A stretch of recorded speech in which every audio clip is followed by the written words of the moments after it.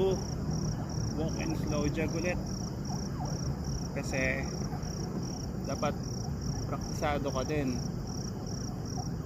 kasi malapit na yung 7-Eleven Run 2025.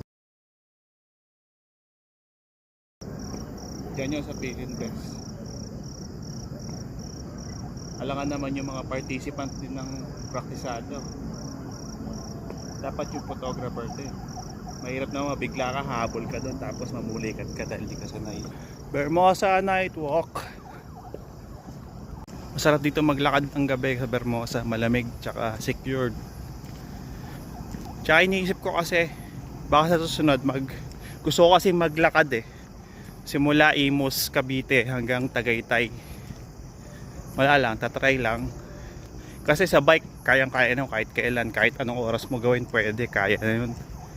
Pero lakad parang bihira pa yung nagawa.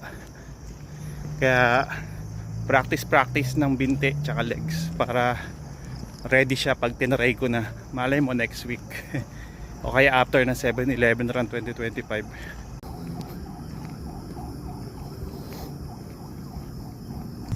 Bakit ako naglalakad? Pwede naman ako magbike para mag-burn ng calories. Napansin ko kasi pag naglalakad ako, kahit naka 15 kilometers ako, almost 1,600 calories na yung na-burn ko. Samantalang pag nagbabike ako, mas mabilis yun, mas magaan, pero kailangan mo munang bumuno ng 50 kilometers bago ka maka 2.5 ganun. Tsaka para maiba naman, kasi ibang muscle naman yung focus nitong paglalakad tsaka slow jog. Tsaka para lumakas din yung mga binte tsaka calves. Yun. Tapos ito, pagbalik mo sa pagbabike, mas malakas na yung binti mo. Yan, basic.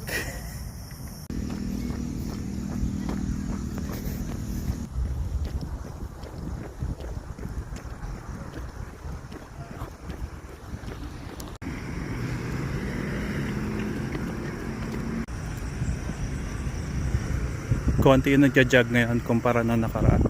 Siguro bukas marami kasi open street bukas. Ayan o, nagpe-preps na sila para bukas.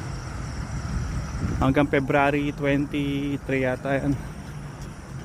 Open street every weekend. Hindi pa kaya nung legs magdiretso Tagaytay. Buti na nandito muna ako nag-walk and jog.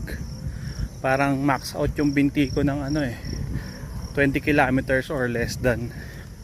Kailangan pa ng practice bago tayo mag-Imus to Tagaytay walk. Simula kasi sa bahay hanggang Tagaytay Rotonda, mga more or less 35 kilometers mula sa bahay.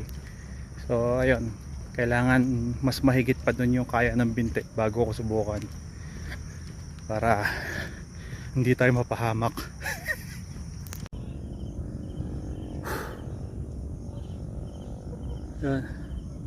Cool down muna bago umuwi.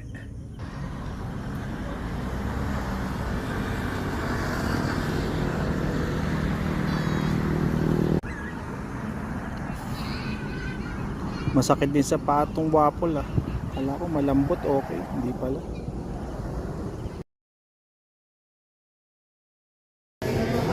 Post walk meal.